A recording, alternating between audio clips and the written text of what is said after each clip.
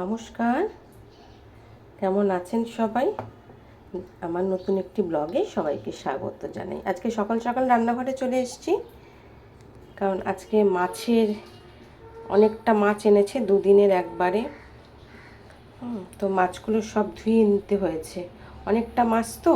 এদিকে হচ্ছে ট্যাংরা মাছ ডিম ভরা, আমার ছেলের জন্য নিয়ে এসেছি, ভীষণ প্রিয় একটা মাছ ওর।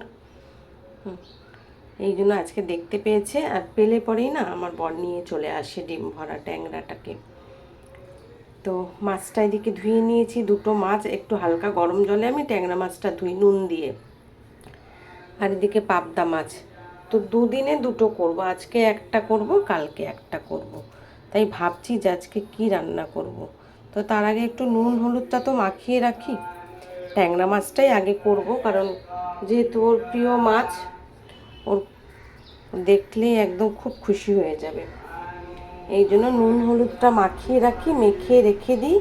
কিছুক্ষণ তো একটু রেখে দিতে হবে, আর সঙ্গে সঙ্গে নুন হলুদ মাখিয়ে রান্না করলে না সেটাতে টেস্ট আসে না। এই জন্য নুন হলুদটা মাখিয়ে রেখে দেবো, আর তারপরে চা বসিয়ে দেবো। যোগা ক্লাস থেকে এসেছি, একটু রেস্ট নিয়েছি, দিয়ে চলে এসেছিলাম রান্নাঘরে। বড় বাজার করে নিয়ে চলে এসছে।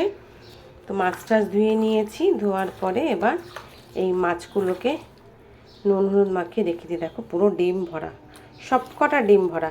কিছুতে দেখছি কয়েকটাতে নেই, তো আমার মনে হচ্ছে ওই মাছটা কাটতে গিয়েই ওরা বোধহয় ডিম ঠিম ফেলে দিয়েছে।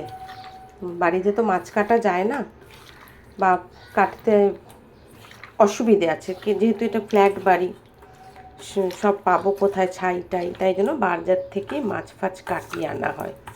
শুধু চিংড়ি মাছটা যদি আনে তো সেটা আমি বাড়িতে ছাড়াই, চিংড়ি মাছটা ওরা একদম নষ্ট করে দেয়। তো মাছে নুন হলুদ মাখানো তো হয়েই গেল। এবার তাহলে চা পর্বটা সারি। সেই ভোর 5:30 থেকে চলছে আমার যুদ্ধ। চলো চা এবার বসাই।